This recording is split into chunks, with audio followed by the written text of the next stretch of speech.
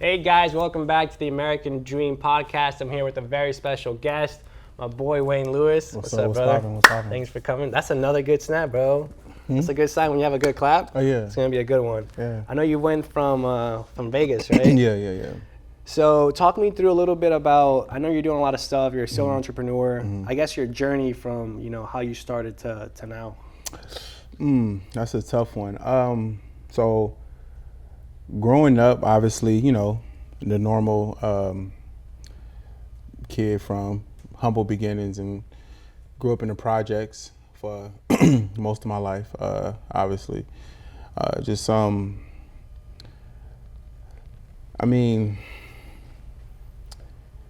It was a spot where, it was kind of one of those,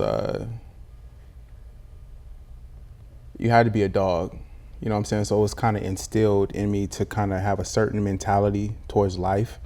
So a lot of aspects that kind of translated over, good and bad ones, was based on survival. So, obviously I'm from LA.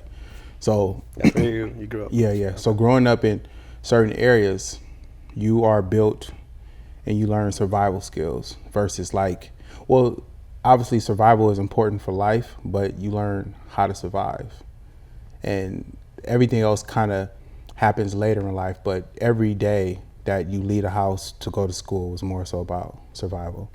So, and parents, obviously, they're surviving too because, trying to scramble up to pay bills and take care of birthdays and holidays and Christmases and stuff like that. So shit was always scarce. So it was more, obviously it was normal because that's how you grow up. But, my childhood experience was very painful and very humble. So let me ask you a question, just kind of thinking on the top of my head. I feel like when you say survival, right, a lot of people don't really understand that. Is it more like I wake up and I'm just trying to get through the day, or is it more I'm trying to find my next meal, or what is, I guess, in that essence, survival for someone that doesn't understand it? I guess it's a multitude of things. It's surviving, meaning staying alive, right? And the meals were there. We wasn't impoverished out and shit like that. It's not. It was third world country style, but it was, trying to survive every day in that regard, whether it's, getting to school, getting home safe, and, under just being in that environment every day. And you understand that when you get older, what that was. You don't realize till you get older, we were just surviving this whole time. Because you still have to learn life and still have to, conduct yourself around people at a certain point. You become an adult. You know what I'm saying? So. And then I guess moving forward from there, from that essence, when you were a kid, what happened after that? Well, obviously, I played sports and I always wanted to be a business guy. So I was a dreamer as a kid. So I always looked towards Fresh Prince of Bel-Air. The way that they were living, that was a dream to me. Y'all want to live just like that. So I was always living in my mind. And then obviously the older cats in the hood that sold drugs and stuff like that, they pretty much had everything that I wanted: the cars, the chicks, the jewelry and stuff like that. So it was a combination of things. I just didn't want to do what they were doing because I seen the outcome. So yeah. And then moving forward from there, so your childhood, you see, I guess, what money is in an essence, but you want it, but you don't want it that way. Right. How did you create and start your own concept of business? How did that transition go? That came as I grew, and obviously you don't have the fit or the right role models around you. You have role models in the sense of this is how they're surviving, but you don't have the right role models in the sense of this is the right way of doing it. But in their mind, this is the right way of doing it. So you had to choose and articulate the way that you want to do things versus how you've seen them being done. And for me, I don't want to do them that way because them guys are always getting arrested, always getting killed, always getting robbed, always something. And I'm like, nah. Even as a kid, I'm like, it's too much work. It's way too much work. It just looked like a hassle. And me not even understanding, articulating that, it just looked like a lot. I'm like, nah, they always in trouble. Something's always going on with them, even my pop. So I was just like, nah, I got to figure out another way. So I know you're doing really well for yourself. Obviously, you're speaking at our event. Thank you for supporting what we're doing. For sure. Thank you for having me. Absolutely. So I guess my question more is, when you started your own business, what was it? What made you get into that? How are you so successful within the business area of that? Well, so my very first business was a clothing line. It was called Famous Nobodies. Okay. And I worked the shit out of that brand. Like when I say worked it, I worked. That was my first clothing brand. My actual first business was my insurance agency. What type of insurance? I sold auto, home, and life. Okay. For farmers. Nice. Yeah. So I went to Vegas to go to school, but I ended up dropping out. Yeah. I went to school for business, and I ended up dropping out. And then got with one of my boys at the time. His dad was like a district manager for farmers, so he let me intern for him. And I was going through the folios, which is how they got paid. And one of the dudes, I think it said like 60,000. I'm like, damn, he made that last year. Like, that's dope. I thought that was a lot of money. He's like, nah, he made that last month. And I was like, yo, what you mean you make that? Like, you can make that in 1 month? I was like blown away. And he was like, yeah, you want me to teach you? And then ever since then, I've been like addicted to just like, just elevating and just constantly growing and growing and growing. Once I got just a piece of it, I was like, yo, I'm never doing nothing else. So when you went to, you said school, so university in Vegas, how long were you there for? A year? Maybe like a semester and a half, almost a year, but that shit wasn't for me. So let me ask you a question, and I kind of know the answer to it, but I'd rather hear it from you. There's book smart and street smart. Yeah. To be a successful entrepreneur, which do you think you need and why? I think you need a little bit of both. I think you need street smarts because it's people that I'm not gonna say people from the streets, because then I'll be classifying myself as being from the streets, and I hate that lingo. I even hate that whole phase. I don't know I don't know who made that shit up, but coming from like growing up in the hood, you have a survival mentality, and you have to be very adaptive because you move around a lot. Some days it's good, some days it's bad, some days you may have gas, some days you may not have gas, some days you may have food, some days you might not have food. So you have a very adaptive mentality, right? But that's a huge part of being an entrepreneur is adaptivity, right? So that's the huge sauce of entrepreneurship is being able to adapt. So when you go into the school shit is obviously how you articulate yourself, or can you read? Can you apply things? It's methods, it's strategy, it's more so of structure, scheduling. Like it's in the ingredients in the aspect of how to structure everything. So I think you need both. But do you actually need school itself? No, you can teach yourself everything. You can teach yourself everything. The internet exists, and the internet's not racist. It's going to give you exactly what you're asking for. It doesn't care who's typing it in, how you look, how what your sexuality is. It's going to teach you exactly what's there. And I believe in being self-taught, depending on the type of learner you are and how dedicated you are to learning whatever it is. Yeah, of course. It's funny you say that too. We've had a lot of people with different stories. We had Ryan was homeless. He went from being homeless to being a multi-millionaire. Paul was in prison for like 10 years, maximum security. It's always interesting to see people's depiction of success, but it's all the same concept, mentality, entrepreneur. But success is also subjective. What do you mean? Elaborate on that. Everybody's version of success isn't the same. That's true. It's very, very subjective. Some people's success is family. That's their success. Some people's success is going on trips. What's your definition of success? My definition of success is freedom. Of time. Both time, and financially. That's success to me. Because when you don't have any money, it feels like a prison. You're limited to everything that you do. Damn near don't even got a voice. You can be the smartest man in the room, but if you don't have money, you're voiceless. You know what I'm saying? Absolutely. Yeah. So moving forward from working at the insurance, what was the next step? So that's when I got into, I ended up selling that, the insurance agency, and just was trying to figure out what I wanted to do. And I was always like a creative kid, so I just got into like designing. So I created a brand called Famous Nobodies. I worked the shit out that brand. I was happy. Like, me and my chick at the time, we'd be printing up shirts. I'd be passing the shirts out like business card. So I did the same method I did for the insurance to get that to a certain level. I used that same concept to try to build this brand up. Obviously, clothing is way different because one is saturated and there's a lot of competition. So I'm pushing out. And in the midst of that, I end up meeting my best friend now, and business partner, which is Al. He's in the building. You know, this is his book he wrote. It's called Negro. We started, I got with him. He already had a popular line that I heard of called TGIF. And it was big. I mean, everybody was wearing their shit. You talking about Nelly, Ludacris. Everybody who was somebody was wearing his brand. But there was no real face. I didn't know he was the owner. And then I met him, and me and him chopped it up. And he told me he was the owner of that brand. I'm like, oh shit, bro, I know that brand. Yeah. So me and him just was cool ever since. And he seen me working on my brand. And then he was like, since you already got that going, like, I want to just jump in. Let's start something together. And I'm like, all right, well, what you want to do? So we go online, we're looking.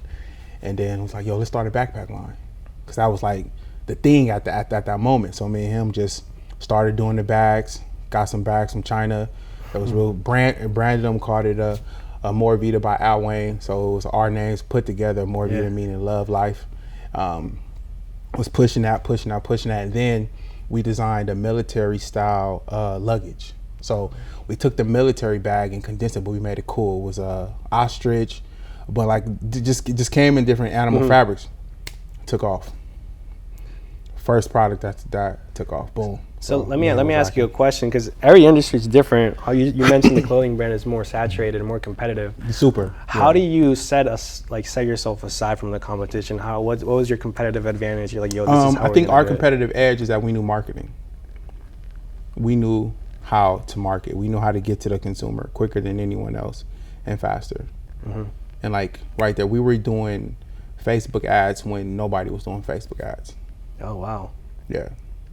That wasn't a thing. We was actually teaching people how to make and do Facebook ads. What year was that?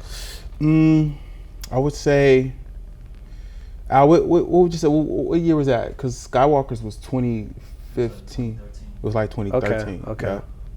So social media marketing is what really set you guys apart. Yes. So we had all the bots. We had pretty much everything that you need that people was using to get followers. We was using that to get sales. Yeah, and then we already had a line with the celebs because we were around a lot of cats that knew celebrities, so we would just reach out to them. You live in Vegas too. Yeah, well, I mean, from being in LA, those circles are small. Okay. So it's kind of, we just would reach out to them, get it on them, and they would support us just because they fucked with us. They already knew us. And then moving forward from there, that's 2013. So that was 2013. Then the year had gone past. We went to CES, and we seen these. At the time, it was called hoverboards. And it was a guy selling them. Was a booth way in the back. He was just kind of like a lone wolf, and we walked up to him like, "Yo, what are?" He said, "Yo, these gonna be big." It was almost like movie in a way, because it was like. Yeah. Like kind of just was there. And he was like, yo, these are gonna be big. And we're looking at this thing like, yo, what the hell is this? Talking about? He's tripping. Yo, what is this? But we stayed in touch with him. So me, him, and our other dude, Jay Bling, was sitting there and we just pondering, like just thinking of like our next business, what was gonna be the next big thing. So boom, we started Skywalkers USA, which was a hoverboard company. We got in touch with dude, we got some boards over. So got the website design, was sitting there, and then Al, at that time, he was like, he was the trigger man. He was gonna pull the trigger, like. So he hit me. He like, yo, we launching tomorrow. I said, no, bro, we're not ready. We don't have all the boards here. No, me, I'm trying to keep everything. He like, nah, we launching tomorrow. I already sent the post to Baller Alert at the time. That was like where you should post. Already paid him. I'm like, bro.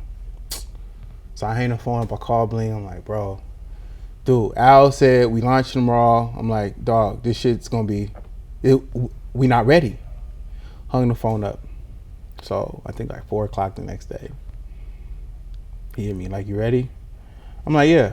And I'm feeling the way because Yeah, I'm feeling away because it's like in my mind we not ready, right? But all these lessons kind of flow. Yeah. Like I'll go back to that. We're not ready. So I'm like, we not ready. He's like, it's already done. I'm like, we not ready. He like, it's already done. I just got off the phone with him. Like, I'm not about to go back and forth with you. They posted. I'm like, see, shit didn't even work. Go to Shopify. 1,600. Look again, 2,400. Look again. What's that? Like 3,200, 4,000, 4,800, 5,600. How much was each one? 800 at the time. I'm like, what the fuck? 27,000. I'm like, yo. Call Al. I'm like, bro, what the fuck? And he just kept going. I think we hit the first day like $48,000 on the first day. And I'm like,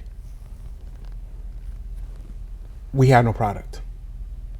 I was just about to ask We that. had no product. Yeah. I'm like, oh my God, like I've never made that money in one day before, ever. So what's crazy is before we launched the company, the chick that I was with, me and her had got in an argument probably like a week before. And she told me I needed to get a real job. You know what I'm saying? Yeah. So I look at her, I'm like, what? I'm like, all right, bet. You're like, bet, Bet. yeah. All right. I'm like, bet. Remember you said that, right? We would argue all the time and say all kind of crazy shit to each other. She was like, you need to get a real job. Like, chicks are gonna say that because they don't really understand. We're all programmed, you know what I'm saying, to get a job. So I'm like, damn. And then the next day, 27,000. So it just never stopped. That company just never stopped, and it blew up. It was literally not an overnight success, but it was equivalent in a way because we had no idea, and that dude was right. He was like almost like a genie, like somebody sent them there to tell us like, yo, this is gonna be it. And it just blew up. All the celebrities rocking with us. Like, I think the first couple months we was doing like 150,000 a week, and then we started hitting that number a day. So let me ask you a question. During that moment, because some companies can scale too quick too soon. Absolutely. Was it kind of like, oh man, we're like killing it right now, like yo, we don't even have the production back end to even keep up with this? Yeah, so we had to get to China. You went to China? We had to, yes. We went there and stayed out there and built warehouses out there, got them done. And we interviewed, I would say we went on like a 7 to 8, maybe 10 different interviews. We had a translator with us. We did the China thing, and we set our footprint out there. Hoverboard, that's crazy. Yeah, we blew that shit up, bro. We had the biggest company. That's amazing. Yeah, we had the biggest company in the US, yeah. And scaling too quick, yeah. I mean, it's a scary feeling because I could sit up here and act like, yeah, that shit was dope. It was a great moment, but it was so many scary days in those moments, bro. Like, you gotta understand, we're young dudes, and like from an income perspective, like the wishes and shit was gone. Like, it was like everything was there. Like, it's kind of like you kind of find shit to worry about. Like, we was like finding shit to argue and worry about, and it was never enough as far as like the demand. It came with a lot of backlash. So when the shit folded, we got all the backlash. It was a lot, bro. It was the greatest roller coaster I ever been on. Yeah, it was very emotional, very, we had to overcome a lot of things. We had to learn a lot of stuff fast, together. We had to work. I would say some days we work 14, 18 hours. Like, I'm talking, I would look over and Al like sleep, head back in the warehouse. And dirt all over us. Just boxes. And it was what it was. It was dope though. It was the greatest roller coaster I've ever been on though. So then after that happened, what was your trajectory? So once we got caught up in like all of the backlash and all that shit, we basically had to, fold the company just because there was so much shit going on with those things. New York made them illegal, said you had to get a license. People sending us videos and then breaking it down, boards, throwing them in the water, crash. Like, it was like, yo, the amount of pressure that we was under, it was like. How'd you deal with that? Shit. We just said, fuck it. I mean, how else are you supposed to deal with it? I mean, how else are you supposed to deal with that? We dealt with it the best way that we could. I mean, we hired virtual assistants. We did our own customer service. Al stayed up countless nights handling all of the negative comments and scraping through the comments and emails.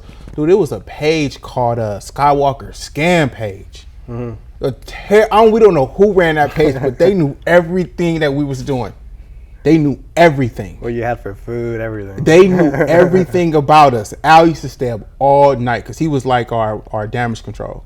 So he stayed up all night just trying to figure out what this page was. People would get our page, bro. It was a lot. But I guess my question is more, I guess, from the mental perspective, that pressure. How did you deal with it mentally? I think we all dealt with it the same way, and I was going to go back to how you grow up. That's what pressure is, and that shit was easy. We just dealt with it. I mean, how else do you deal with pressure? You grow up in a certain environment, that's pressure. When you seeing people get killed and hearing people getting killed and got to get on buses to go to different schools and you getting on buses with rival hoods, that's pressure. This ain't pressure. That's pressure to you? Not at all. Yeah, that ain't pressure. Yeah. That's just growing pains. You got to understand, like, it comes with that. What you sign up for, it just comes with that territory. So we just had to weather the storm, whether we was going to drown or not. I mean, that's the way to see it. Unfortunately, a lot of people don't see that, though. Because they take the easy way out. I mean, what is the easy way out, though? Just give up. That's easy? Don't follow through. Yeah, I think it's hard to give up. You think so? Yeah. You don't think it's hard to give up? I'm not raised like that. Yeah, it's hard to give up, bro. Yeah. Like, I think you live with that. You got to live with giving up. Yeah. Nah, bro, you got to stop me. Like, I'm not giving up. You got to stop me. Us, man. You got to stop me, bro. I'm not giving up. Yeah, I'm not giving up. We never gave up. And we had to wave the white flag because of legal reasons. That's a smart thing to do. Obviously. You know what I'm saying? But it was graceful because we was able to still, finish out what we needed to do, and then we had pivots. We got into, the beverage industry, which we invested in, and obviously that fell through. But then me and Al went right back to creating. And then that's when we created Karma Loop existed at the time, so we kind of mimicked that same concept and created our own called Coreside NYC, which was a collective of all of our ideas versus a bunch of other brands. We just created a bunch of different ideas, placed them under one umbrella, and treated them as separate companies. So it was our version of LVMH. We created a smaller version of that online. Got it. Yeah, and even with that, we were still doing probably like 113,000 a month. Wow. Yeah, it wasn't a day, but shit. Oh, and then today, what are you doing right now? So today, what I'm doing right now is I'm fell in love with the podcast space. So I've been doing podcasts. Tell us a little bit about that. I've been doing podcasts for probably 16 months. So I really like it. So I think in 1 year together, me and Shone did 400 episodes total, 700 in total episodes. Digital social hour. Yeah. That's the #1 in the nation right now. Yeah. Well, it's different. Podcasting has 5 different categories. Okay. So you're going to teeter around in different categories based on episode and percentage of watch and all that other stuff. So yeah, we definitely bounced around. Now, what's your outtake? This is the first time I have a guest that actually has their own podcast, so it's kind of cool. I guess I want your opinion. What's your opinion on that industry? Are we going the right? Can you utilize a podcast to make money? I guess Absolutely. So, hold on. Let me show you something. Where's my phone at? So let me show you something right quick.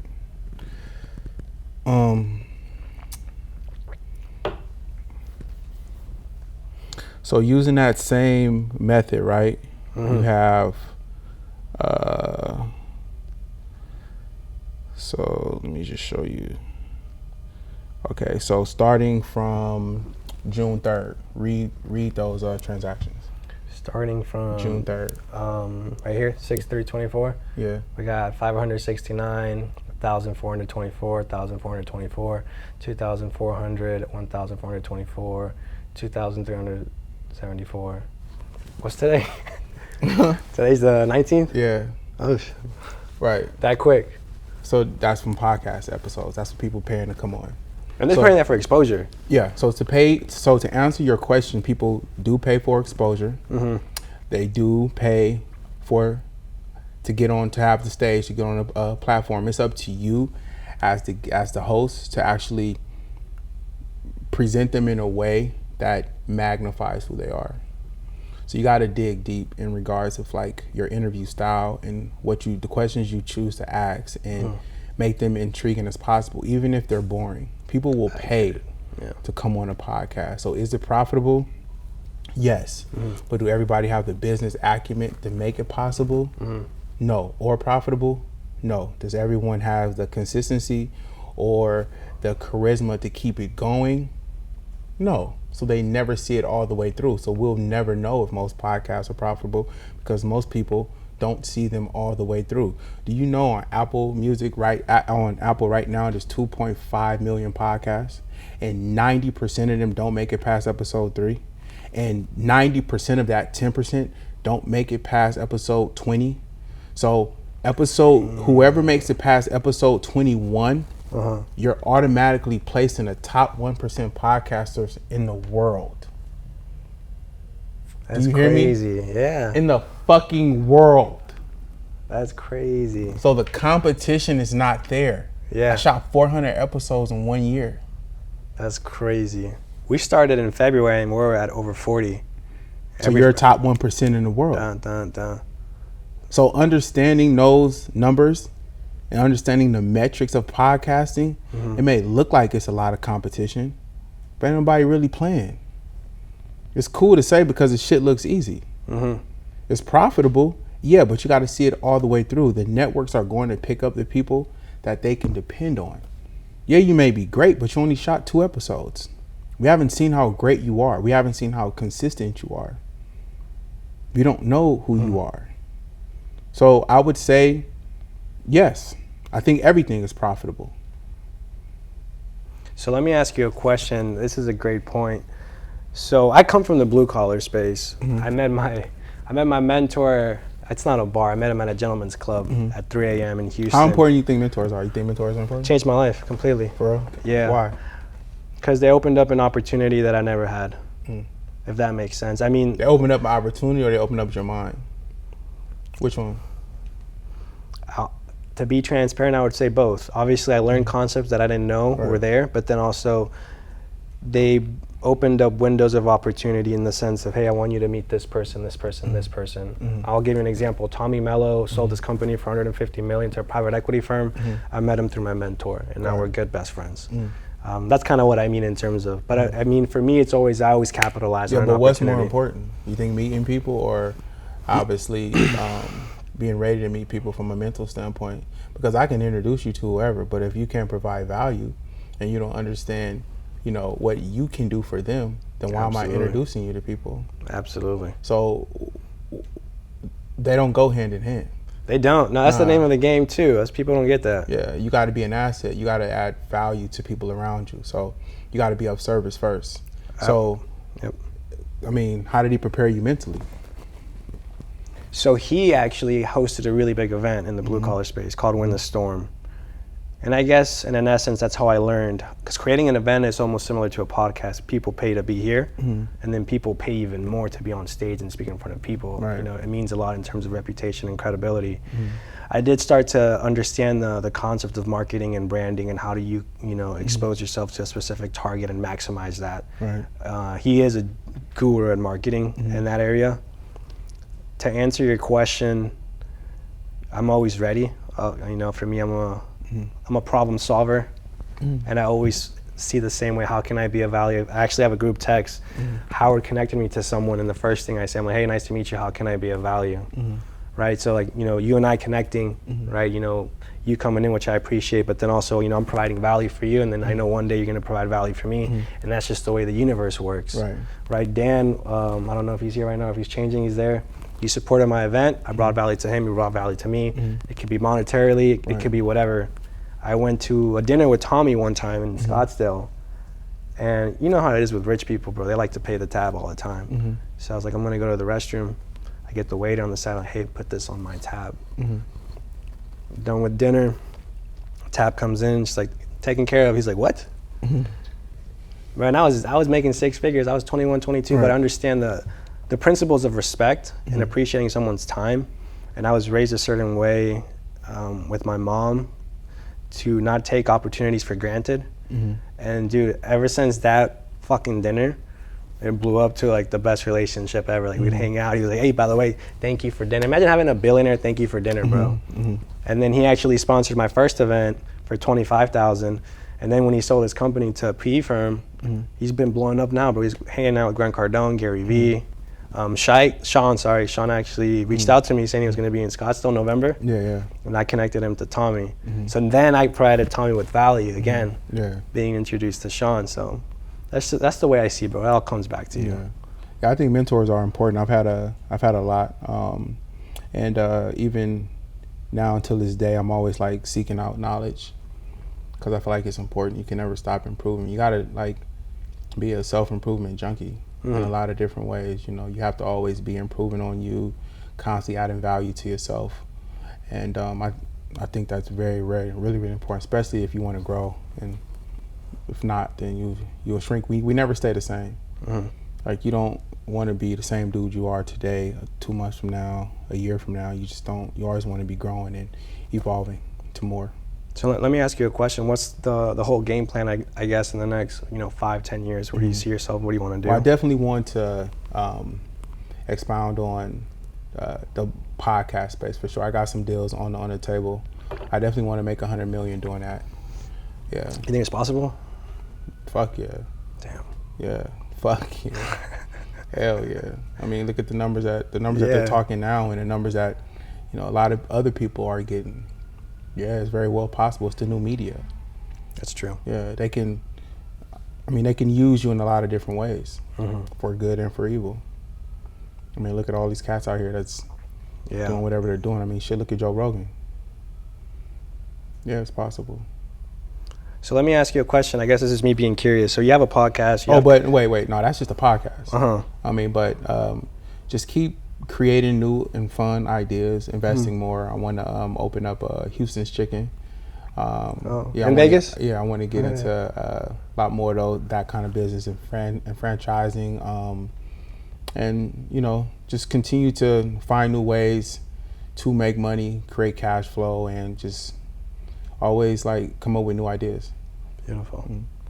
So my question was, so for the podcast space, I understand consistency, content, being a good host. I understand all that stuff. But what will separate you apart? Aside from that, I get, there's a metric and a number to that. But in terms of branding, and I know you know branding, obviously, because you're in the clothing area, so I think you're an expert on that. What's the secret behind a podcast or a business on branding? How do you perfect your brand? Authenticity. How do you achieve that? Being authentic. I understand, but I guess in the essence of the market that you want to pursue, being authentic. But how? You don't know how to be authentic? I myself, but for me, it's more like if you create your business. How do you explain somebody to be themselves? How do you explain authenticity? You can't. I can't give you the ingredients on how to be who you are. I'll never do that. If you're not being who you are, then that's a personal problem. But if authenticity is something you have trouble with, I don't want to be around you. The fuck? Well, I don't want to be around you if you're not authentic. Yeah. What is that? That's fake, right? Yeah. Right. Would you buy your girl a fake Gucci bag that's clearly fake? No. And you gonna tell them how you gonna tell a fake Gucci bag how to be authentic? It doesn't know. Like hold on. Like what? How do you be authentic? I do got a crazy story one time. I bought my girl real stuff. Dan knows my ex. I bought my girl real stuff. I have. But one time, bro, did buy her some fake Louis Vuitton shoes. Because you know the red bottoms, they get like, yeah, they get scratched out. So I bought her fake red bottoms, and she ate it, bro. I went to the Louis Vuitton store. I was like, hi, can I get a bag? And like this and that. I played it off. She thought they were real. That was one time, though. I'm sorry. You said that. You did good. I like that. She's my ex, though, so I guess it worked out in the long run. I just think being authentic and being true to who you are, and then knowing, is this space for you or not? Like, know what's for you. Everybody is not built for everything. So do what you're built for. That's it. There's no like other way to explain it. But what if the market doesn't eat it up? You know, what if you have a unique vision, you want to be authentic, but it doesn't sell? Well, then what ingredient are you missing? You got to look at the full landscape. Got to look at your full project and understand, okay, what am I missing? There's something that I am missing. I'm not, what I'm doing isn't working, and why? Try to find out the why versus figuring out what's not working. You already know it's not working. See your whole blueprint, pull it all out and just see what's not working. What am I missing? Look at the metrics. It's all numbers. It's all math. So understanding the back end is going to give you a better understanding of the front end and how you need to move forward. It's all based on audience, content, but grasping them.